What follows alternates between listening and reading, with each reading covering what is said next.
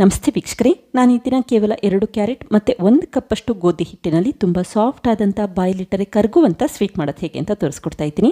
ಮನೆಯಲ್ಲಿರುವಂಥ ಕಡಿಮೆ ಸಾಮಗ್ರಿಗಳಲ್ಲಿ ಈ ರೀತಿ ಸ್ವೀಟ್ ಮಾಡಬಹುದು.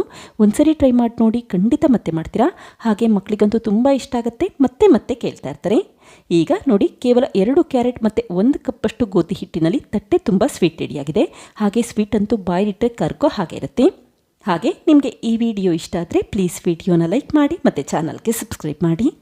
ಈಗ ಸ್ವೀಟ್ ಮಾಡೋದು ಹೇಗೆ ಅಂತ ನೋಡ್ಕೊಳ್ಳೋಣ ಬನ್ನಿ. ಮೊದಲು ಒಂದು ತಟ್ಟೆಗೆ ಸ್ವಲ್ಪ ತುಪ್ಪ ಹಾಕಿ ನೀಟಾಗಿ ಸ್ಪ್ರೆಡ್ ಮಾಡ್ಕೊಳ್ತಾ ಇದ್ದೀನಿ. ತುಪ್ಪ ಬೇಡ ಅಂತಂದರೆ ನೀವಿಲ್ಲಿ ಎಣ್ಣೆ ಉಪಯೋಗಿಸ್ಕೊಳ್ಳಿ ಅಷ್ಟೇ. ಈಗ 2 ಸಣ್ಣದಾದ ಕ್ಯಾರೆಟ್ನ ತೆಗೆದಿಟ್ಕೊಂಡಿದ್ದೀನಿ. ಸಣ್ಣ ಕ್ಯಾರೆಟ್ ಆದರೆ 2 ಉಪಯೋಗಿಸಿದ್ರೆ ಸಾಕು, ದೊಡ್ಡದಾದರೆ 1 ಕ್ಯಾರೆಟ್ನೇ ಉಪಯೋಗಿಸ್ಕೊಳ್ಳಿ. ಈಗ ಕ್ಯಾರೆಟ್ ಸಿಪ್ಪೆ ತೆಗೆದಿಟ್ಕೊಂಡು ನೀರಿನಲ್ಲಿ ಚೆನ್ನಾಗಿ ತೊಳೆದಿಟ್ಕೊಂಡಿದ್ದೀನಿ. ಹಾಗೆ ಕ್ಯಾರೆಟ್ನ ತುರಿದಿಟ್ಕೊಳ್ತಾ ಇದ್ದೀನಿ. ತುಂಬ ದಪ್ಪನಾಗಿ ತುರಿಲಿಕ್ಕೆ ಹೋಗಬೇಡಿ, ಈ ರೀತಿ ಮೀಡಿಯಮಲ್ಲಿ ತುರಿದಿಟ್ಕೊಳ್ಳಿ. ಇದೇ ರೀತಿ ಮತ್ತೊಂದು ಕ್ಯಾರೆಟ್ನು ಕೂಡ ತುರಿದಿಟ್ಕೊಂಡಿದ್ದೀನಿ. ಹಾಗೆ ಈ ತುರಿದಿರುವಂಥ ಕ್ಯಾರೆಟ್ನ ಹಾಗೆ ಎತ್ತಿಟ್ಕೊಳ್ಳಿ, ನಂತರ ಉಪಯೋಗಿಸಬಹುದು. ಇದೇ ಸಮಯದಲ್ಲಿ ಮನೆಯಲ್ಲಿ ಟೀ ಅಥವಾ ಕಾಫಿ ಕುಡಿಲಿಕ್ಕೆ ಅಂತ ಒಂದು ಸಣ್ಣದಾದ ಸ್ಟೀಲ್ ಗ್ಲಾಸ್ ಇಟ್ಟಿರ್ತೀರಲ್ಲ, ಅದರಲ್ಲಿ ಅಳತೆ ತೆಗೆದಿಟ್ಕೊಂಡು ಯಾವ ರೀತಿ ಈ ಸ್ವೀಟ್ ಮಾಡೋದು ಅಂತ ತೋರಿಸ್ಕೊಡ್ತಾ ಇದ್ದೀನಿ. ಈಗ ಒಂದು ಮಿಕ್ಸಿ ಜಾರ್ಗೆ 1 ಗ್ಲಾಸಷ್ಟು ಸಕ್ಕರೆ ಹಾಕ್ಕೊಳ್ತಾ ಇದ್ದೀನಿ. ಹಾಗೆ ನಾನಿಲ್ಲಿ ಆರ್ಗ್ಯಾನಿಕ್ ಸಕ್ಕರೆ ಉಪಯೋಗಿಸಿರೋದ್ರಿಂದ ಈ ಬಣ್ಣ ಇದೆ, ನೀವು ಬಿಳಿ ಬಣ್ಣದ ಸಕ್ಕರೆ ಕೂಡ ಉಪಯೋಗಿಸಬಹುದು. ನಂತರ ಅದೇ ಗ್ಲಾಸಲ್ಲಿ ಅರ್ಧ ಗ್ಲಾಸಷ್ಟು ಮೊಸರು ಹಾಕಿದರೆ 4 ಟೇಬಲ್ ಸ್ಪೂನಷ್ಟು ತುಪ್ಪ ಹಾಕ್ಕೊಳ್ತಾ ಇದ್ದೀನಿ. ತುಪ್ಪ ಇಲ್ಲ ಅಂತಂದರೆ 4 ಟೇಬಲ್ ಸ್ಪೂನಷ್ಟು ಎಣ್ಣೆ ಉಪಯೋಗಿಸಬಹುದು, ಅಥವಾ 2 ಟೇಬಲ್ ಸ್ಪೂನಷ್ಟು ಎಣ್ಣೆ ಮತ್ತು 2 ಟೇಬಲ್ ಸ್ಪೂನಷ್ಟು ತುಪ್ಪ ಕೂಡ ಉಪಯೋಗಿಸಬಹುದು. ಈಗ ನೋಡಿ, ನುಣ್ಣಗೆ ರುಬ್ಬಿಟ್ಕೊಳ್ಳಿ. ಸಕ್ಕರೆ ನುಣ್ಣಗಾಗಬೇಕು, ತುಪ್ಪ ಮತ್ತು ಮೊಸರು ಬೆರಿಬೇಕು, ಅಲ್ಲಿವರೆಗೂ ರುಬ್ಬಿಟ್ಕೊಳ್ಳಿ. ಈಗ ರುಬ್ಬಿರುವಂಥ ಈ ಮಿಶ್ರಣನ ಒಂದು ಬೌಲ್ಗೆ ಎತ್ತಿಟ್ಕೊಳ್ತಾ ಇದ್ದೀನಿ. ನೋಡಿ, ಪೇಸ್ಟ್ ರೀತಿ ಆಗಿದೆ, ಅಲ್ಲಿವರೆಗೂ ರುಬ್ಬಿಟ್ಕೊಂಡ್ರೆ ಸಾಕು. ಈಗ ಒಂದ್ಸರಿ ನೀಟಾಗಿ ಮಿಕ್ಸ್ ಮಾಡಿಟ್ಕೊಳ್ಳಿ. ಹಾಗೆ ಈ ಮಿಶ್ರಣಕ್ಕೆ ಒಂದು ಜರಡಿ ಇಟ್ಟಿದ್ರೆ 2 ಸಣ್ಣ ಗ್ಲಾಸಷ್ಟು ಗೋಧಿ ಹಿಟ್ಟು ಹಾಕ್ಕೊಳ್ತಾ ಇದ್ದೀನಿ. ನಾನು ಮೊದಲು ಯಾವ ಗ್ಲಾಸ್ ತೋರಿಸಿದ್ದೆ ಅದೇ ಗ್ಲಾಸಲ್ಲಿ ಅಳತೆ ತೆಗೆದಿಟ್ಕೊಳ್ತಾ ಇದ್ದೀನಿ.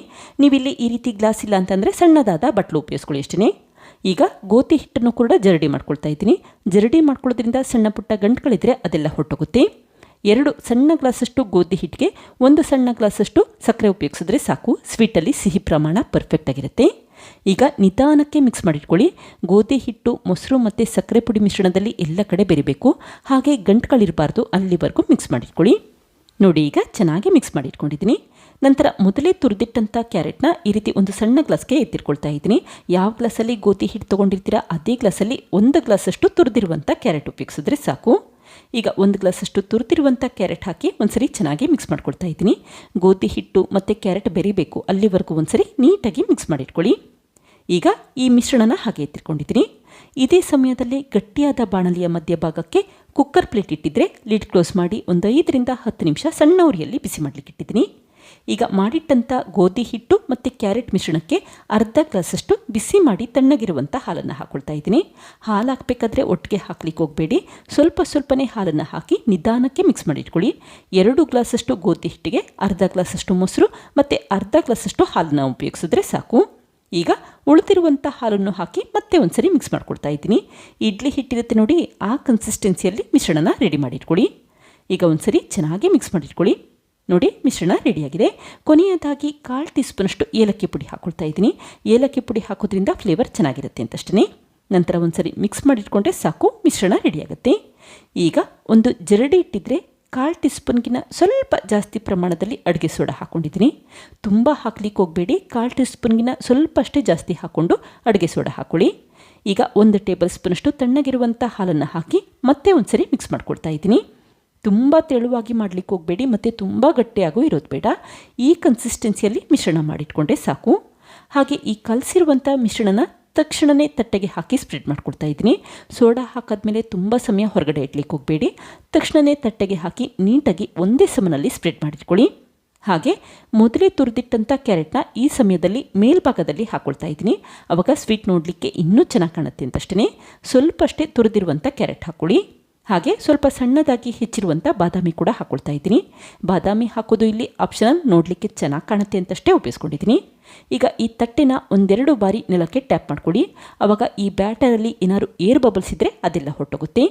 ಈಗ ಬಾಣಲಿ ಚೆನ್ನಾಗಿ ಬಿಸಿಯಾದ ನಂತರ ತಟ್ಟೆನ ಕರೆಕ್ಟಾಗಿ ಮಧ್ಯಭಾಗದಲ್ಲಿ ಇಟ್ಟಿದ್ದೀನಿ. ನಂತರ ಲಿಡ್ ಕ್ಲೋಸ್ ಮಾಡಿ 20 ರಿಂದ 25 ನಿಮಿಷ ಸಣ್ಣ ಉರಿಯಲ್ಲಿ ಬೇಯಲಿಕ್ಕೆ ಇಟ್ಕೊಳ್ಳಿ.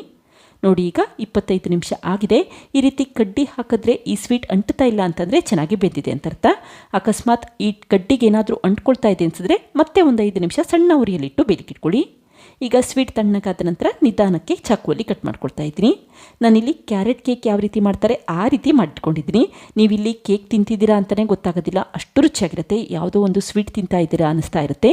ಒಂದ್ಸರಿ ಟ್ರೈ ಮಾಡಿ ನೋಡಿ, ಖಂಡಿತ ಮತ್ತೆ ಮಾಡ್ತೀರಾ. ಈ ಸ್ವೀಟಲ್ಲಿ ಕ್ಯಾರೆಟ್ ಫ್ಲೇವರ್ ಅಂತೂ ತುಂಬ ಚೆನ್ನಾಗಿ ಬರ್ತಾ ಇರುತ್ತೆ. ತುಪ್ಪ ಹಾಕಿರೋದ್ರಿಂದ ಇನ್ನೂ ರುಚಿಯಾಗಿರುತ್ತೆ. ಈಗ ನೋಡಿ ಸ್ವೀಟ್ ಪೀಸಸ್ಗಳು ಎಷ್ಟು ಪರ್ಫೆಕ್ಟಾಗಿ ಬಂದಿದೆ ಅಂತ ಗೊತ್ತಾಗ್ತಾ ಇದೆ. ಹಾಗೆ ಈ ಸ್ವೀಟ್ನ ನೀವು ಸ್ಟೋರ್ ಮಾಡಿ ಕೂಡ ಇಡಬಹುದು. ಫ್ರಿಜ್ಜಲ್ಲಾದರೆ ಒಂದು ವಾರದ ತನಕ ಸ್ಟೋರ್ ಮಾಡ್ಕೋಬಹುದು. ಹೊರಗಡೆ ಇಡೋದಾದರೆ 3 ರಿಂದ 4 ದಿನದ ತನಕ ಸ್ಟೋರ್ ಮಾಡ್ಕೋಬಹುದು. ನೋಡಿ ಕೇವಲ 2 ಕ್ಯಾರೆಟ್ ಹಾಗೆ 2 ಸಣ್ಣ ಗ್ಲಾಸಷ್ಟು ಗೋಧಿ ಹಿಟ್ಟಿನಲ್ಲಿ ತಟ್ಟೆ ತುಂಬ ಸ್ವೀಟ್ ಆಗಿದೆ. 2 ಸಣ್ಣ ಗ್ಲಾಸಷ್ಟು ಗೋಧಿ ಹಿಟ್ಟು ಅಂದರೆ ಅಳತೆ ಕಪ್ಪಲ್ಲಿ 1 ಕಪ್ಪಷ್ಟು ಗೋಧಿ ಹಿಟ್ಟಷ್ಟೇ. ಈಗ ಈ ಕಟ್ ಮಾಡಿಟ್ಟಂಥ ಸ್ವೀಟ್ನ ಒಂದು ಪ್ಲೇಟ್ಗೆ ಜೋಡಿಸಿಟ್ಕೊಂಡಿದ್ದೀನಿ. ನೋಡಿ ಎಷ್ಟು ಪರ್ಫೆಕ್ಟಾಗಿ ಬಂದಿದೆ ಅಂತ ಗೊತ್ತಾಗ್ತಾ ಇದೆ. ಒಂದ್ಸರಿ ಟ್ರೈ ಮಾಡಿ ನೋಡಿ, ಖಂಡಿತ ಮತ್ತೆ ಮಾಡ್ತೀರಾ. ಈಗ ಒಂದು ಸ್ವೀಟ್ನ ಕಟ್ ಮಾಡಿ ತೋರಿಸ್ತೀನಿ ನೋಡಿ, ಯಾವ ರೀತಿ ಸಾಫ್ಟಾಗಿ ಕಟ್ ಆಗುತ್ತೆ ಅಂತ ಗೊತ್ತಾಗುತ್ತೆ.